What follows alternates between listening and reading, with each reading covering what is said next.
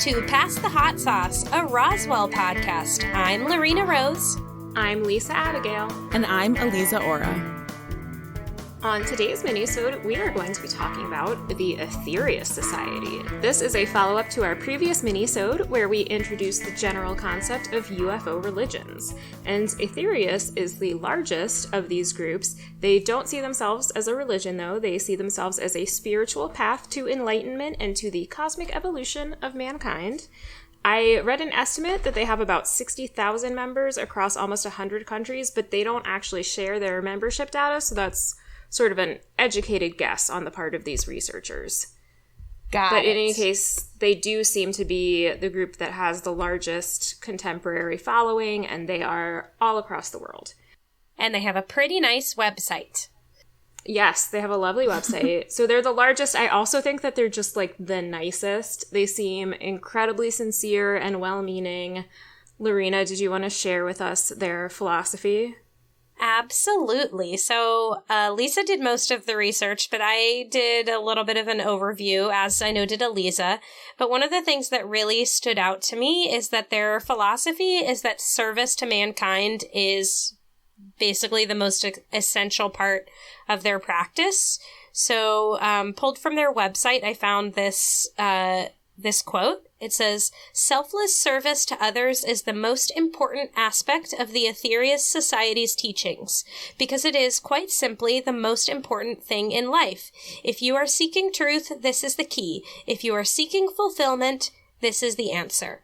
And I just really liked the idea that the whole point of this society, of this spiritual practice, is to be of service to other people.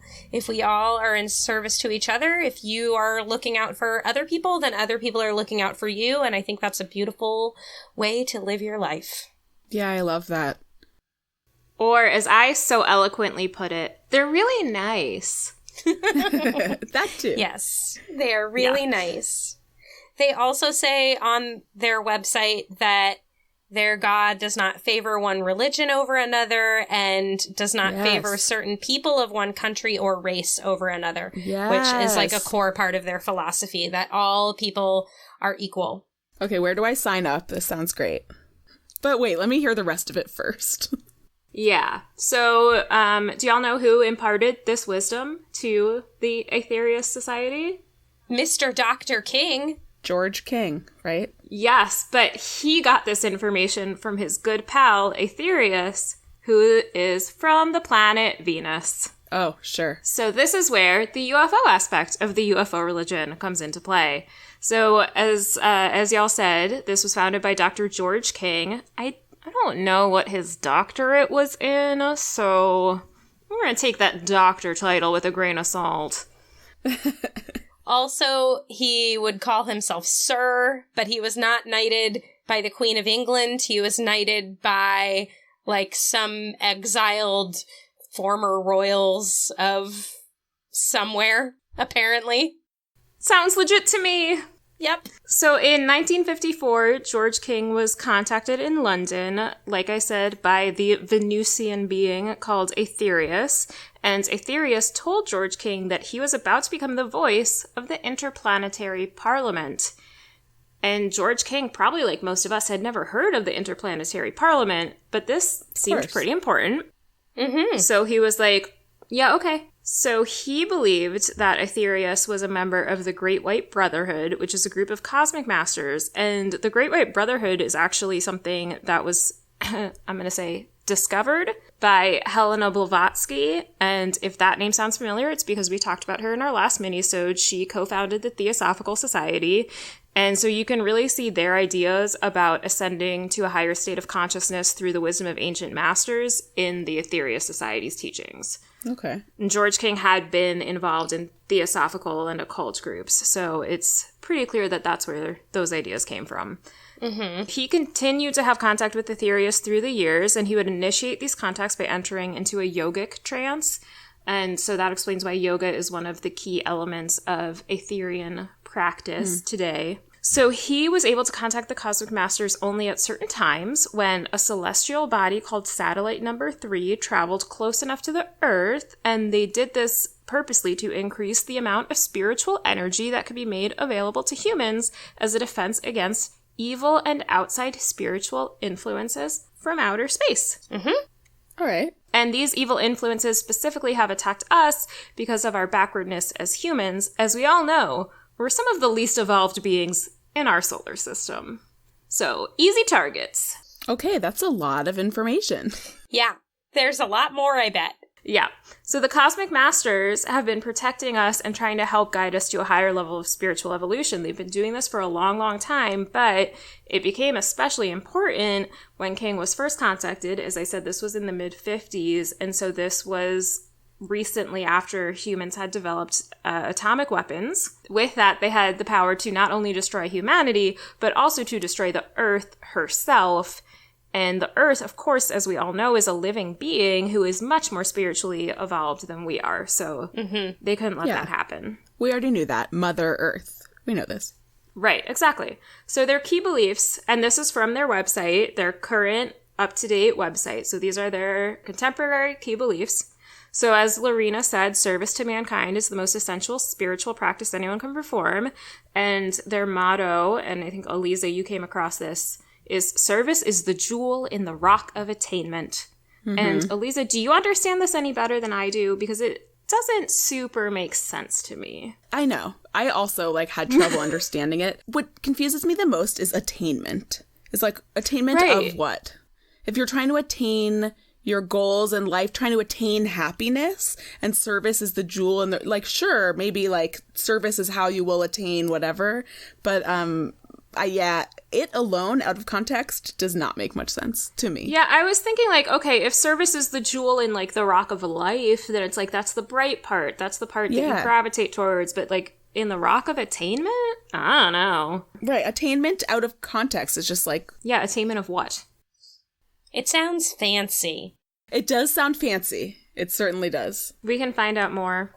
But they also believe yoga should be practiced regularly and in accordance with a profound and ancient spiritual philosophy. So this is more like the Eastern traditional way of doing yoga, not the Western, I'm going to do this to get abs. And they believe spiritual energy is just as real as something like electricity. And this spiritual energy can be used to heal, inspire, guide, bless, and protect those to whom it is directed. In their view, prayer is not about asking favors of a deity, but rather it is about attracting spiritual energy to yourself and then using that energy in service of others. That sounds great. That makes just as much sense. In fact, to me, it makes more sense, praying to reach your own potential with, to be able to help others. I think that's a great idea. I love that. Yeah, I think it's a lot nicer than being hey, Lord, help me do well on this math test. Instead, you're hey, there are people suffering. I would like to draw energy to myself and then send it out to them to help heal them. It's very sweet. So, and I think a part of this is that they think we all carry within us the essence of the divine, a spark of God. And this is that theosophical idea that we talked about last time.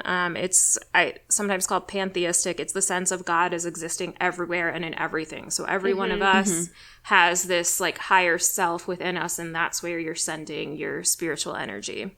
Yeah, that God is all around us and in all things. That's part of on a total tangent, but Shintoism in Japanese culture, which I won't pretend to be an expert on, but I did live in Japan and learned a little bit about it from my coworkers and the people that I spent time with. But part of Shintoism is the idea that God is in nature and God is in all things around us, which is why the Shinto holidays are Mountain Day, Ocean Day.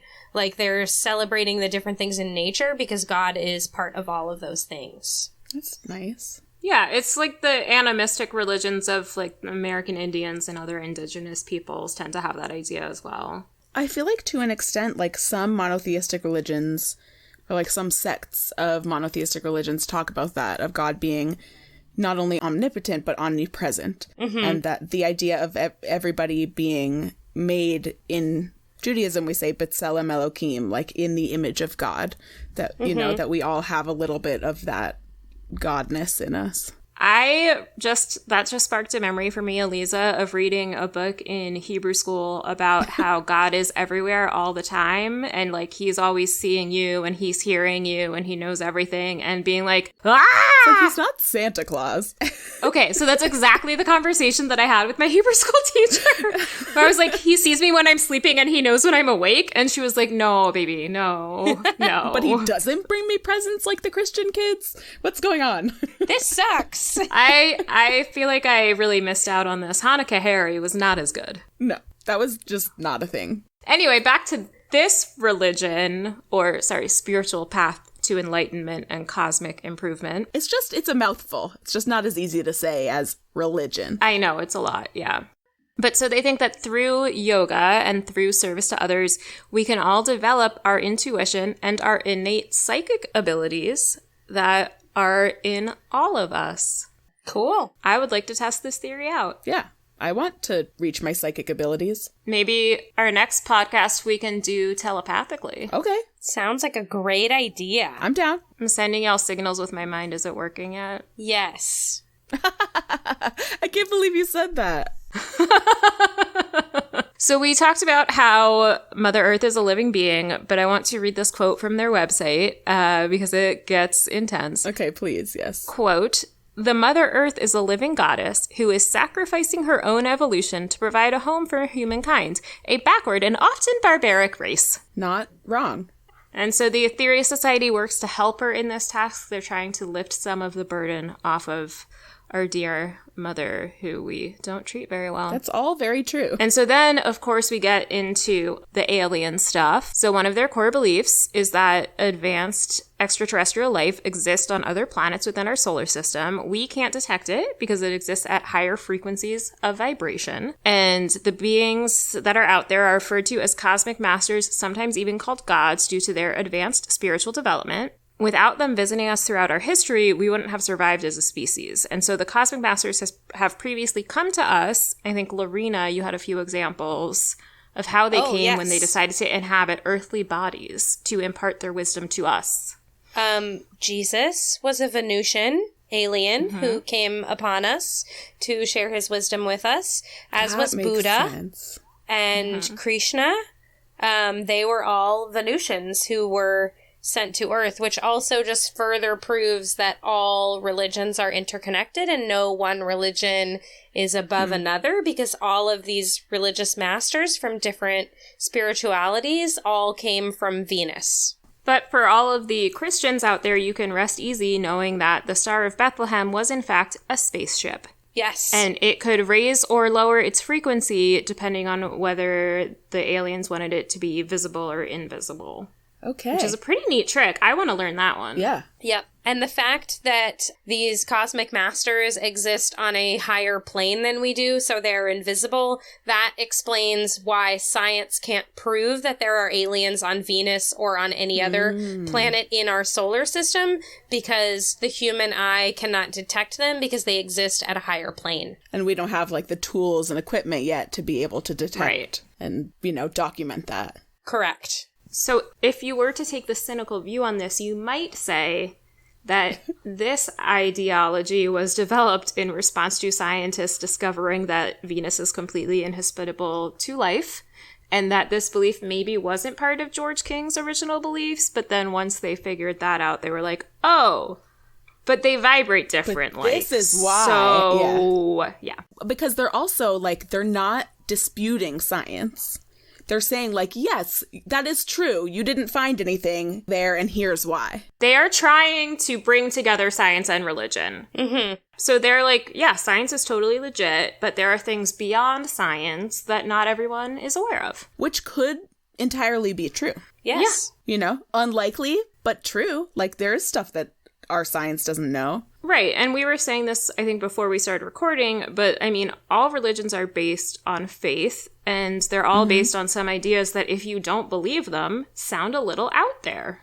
Like, that's the whole point of faith, is that it's something you can't prove, but you believe it anyway. Yeah. So I don't think this is more or less weird than any other belief system necessarily is. I agree. I think it's less weird than some.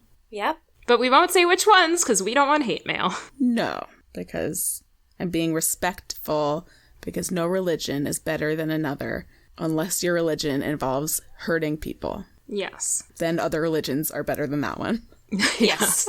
But going back to other religions, if you read ancient Judeo-Christian and Hindu texts, you will find, according to the Aetherius Society, evidence that UFOs have been coming to Earth from other planets for millennia. And we have talked about this like a little bit. This was some of the ancient astronaut theories, where people talk of gods as alien beings.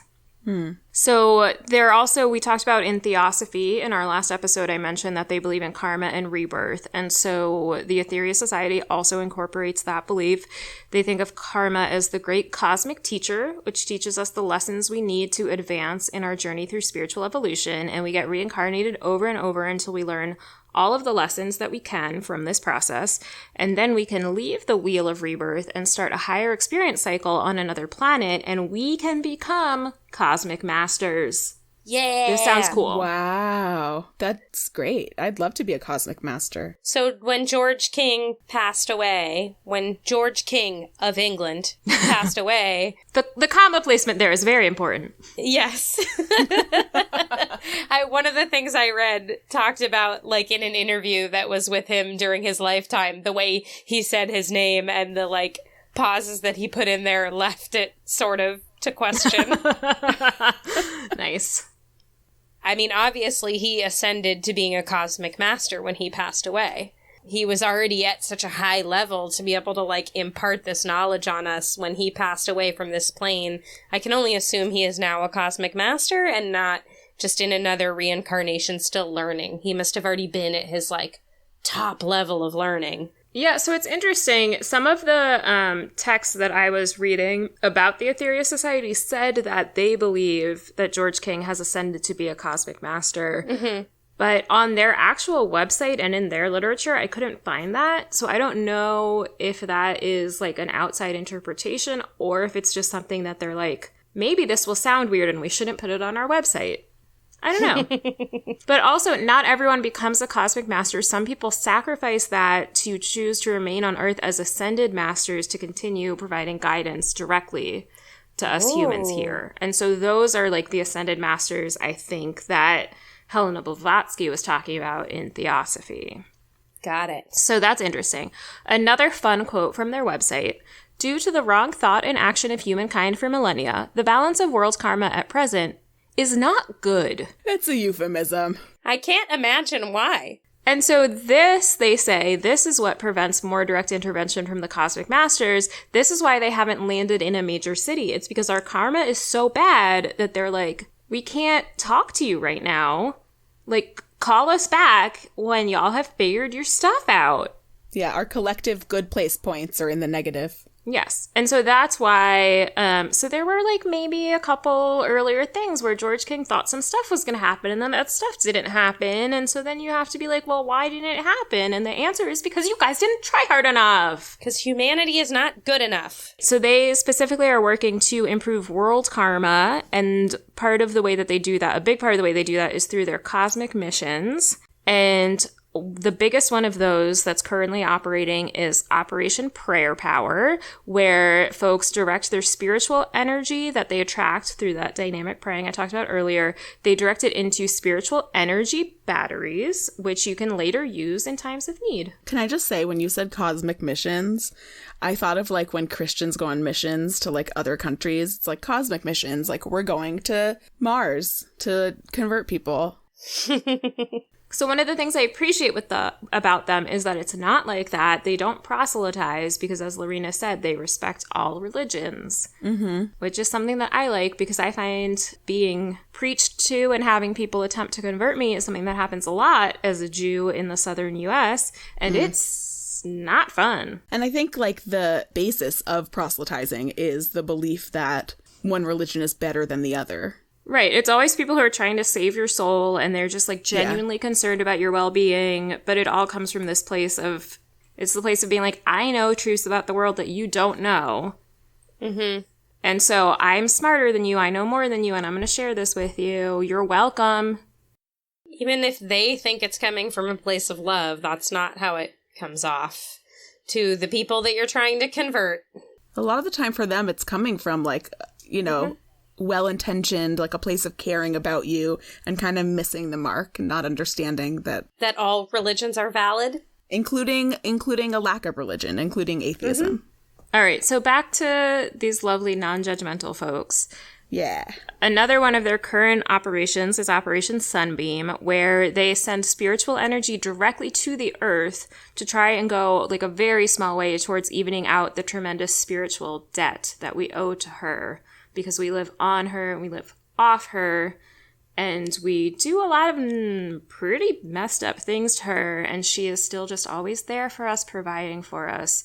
And so they try whenever they can to send spiritual energy back to the earth instead of sending it out to humans who are just going to take more energy from her.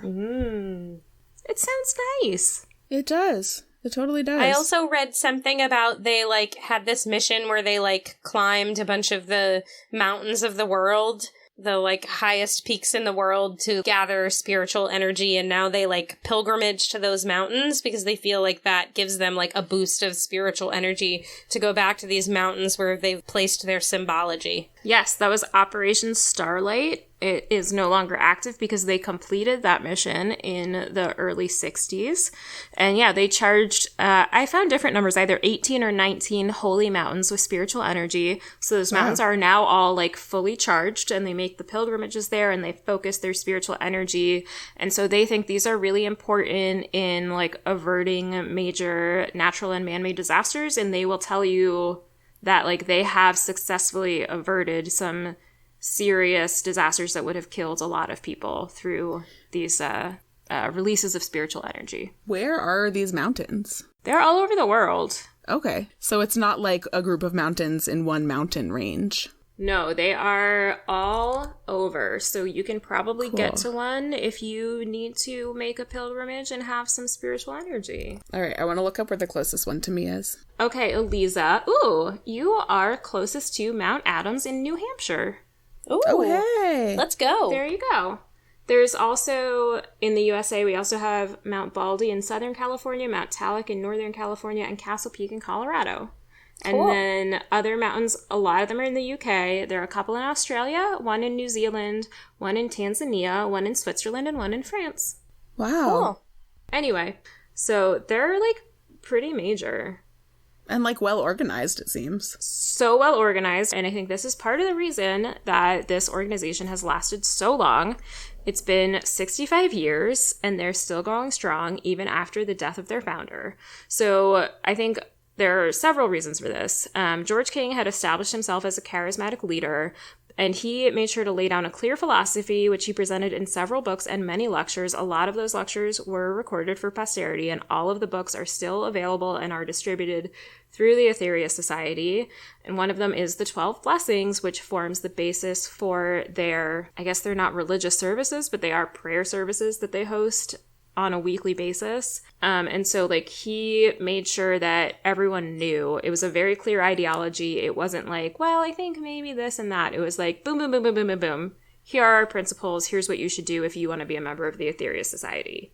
He also had established bases in both the UK and the US. So, as I said, he got his first revelation in the UK, but he moved to California in the late 1950s. And so currently, the Aetherius Society has two headquarters, one in London and one in Los Angeles. So, like, they have a really strong base of operations in both of those places. Two major cities. Yeah. And we mentioned Dr. King died in 1997, but before that, he made sure to appoint a board of directors. And since he was the link to the Cosmic Masters, his handpicking these people conferred on them this sense of legitimacy. And so they didn't see a huge outflow of members the way that a lot of organizations do when their leader dies. And in addition to the board, he also established a clear leadership and management structure that involves three main international bodies. And I mostly want to just tell you about them because of the name of the third one. So the first is the international directors who oversee administration and finance. The second is the senior engineering officers who are responsible for the cosmic missions. And then the third group is the people who manage the churchy stuff, like those services I mentioned. They also manage the pilgrimages to these mountains, and then ordinations and other initiations. There's a whole initiate structure, which which we don't need to get into. But this group of people is called the Ecclesiastical Synod. Nice. The Ecclesiastical Synod? Yeah. How do you spell that? Oh, Synod. So a synod is like a group, I don't even know if I'm pronouncing that right. Synod, apparently. According to Google, it's synod. I've only ever seen it written, but it's like a group of church people. So fine, the Ecclesiastical Synod. I think synod sounds better. Can I just stick with that? Executive decision. It's pronounced synod. Yeah, it should be. And then I think another reason that they've lasted so long is because they're just so nice. They're so nice. They just want to help everyone. Like, who's going to argue with them? No one has attacked them. No one's been like, these people are dangerous. They're not a cult that's like taking money from their members. They're just nice and they just want to serve others. And like Lorena said, they respect all religions. So there's this quote from George King that they put on their website where he said, "I do not ask the unbeliever to believe at once, but only request that he applies that which Aetherius says to his own reason, and acts upon that which, in the light of greater reason, is acceptable." So he's like, hey, just do what makes sense to you, but like maybe read these ideas, and if they sound good to you, then awesome. And like, be a good person. Right? It's so reasonable. I like it. If you are interested, you can visit their website for more information. I'll put it in the show notes, but just Google the Aetherius Society, which I also don't know if I'm pronouncing correctly. It's Aetherius. Sounds Maybe good. it's Aetherius. If you're not ready for that, you can become a friend of the Aetherius Society. You can sign up for their newsletter. Or, Lorena, tell us another way you can find out more. Yeah, they also, if you check out their website, they have a whole link for podcasts. We like those. Yes, we all like those. Obviously, you're listening to us talk. But they have a couple of different podcast series that you can listen to. They have a podcast series about the 12 blessings that Lisa touched on, and another podcast series on the 9 freedoms, if you want to learn what those are. So, you know, if you want some Aetherius Society in your ear holes, you can check out their podcast and learn a little more about what they're about firsthand. And if you want some Aetherius Society on your body, you can go to their website to request a free spiritual healing where, I don't know, I assume you have to like go to a place where they have people, but they will treat you for free. And they acknowledge that their spiritual healing is a complementary rather than an alternative treatment. And they do encourage you to go to the doctor if you think you might be sick. Great. Which, thank goodness. Yeah. They also say it's not a faith healing, it's a spiritual healing. So even if you don't believe in it, it could still work for you. I did already look up where my closest chapter is to me here in New York City. It's in Bridgeton, New Jersey. So I could go there for Sunday services or for a spiritual healing. You could, but since right now, and I assume whenever this airs, we're recording this at the end of March, but during this pandemic, the Aetherius Society is broadcasting a series of world healing services online, which you can access for free. And during those, you are invited to radiate spiritual energy that they will be collecting and putting out in the world to contribute to global healing efforts. Because they're just nice people and they just want to help everybody. And I love them so much. That's wonderful. This is the only group that the more I read about it, I wasn't like, I don't know. I was like, oh, really? For me?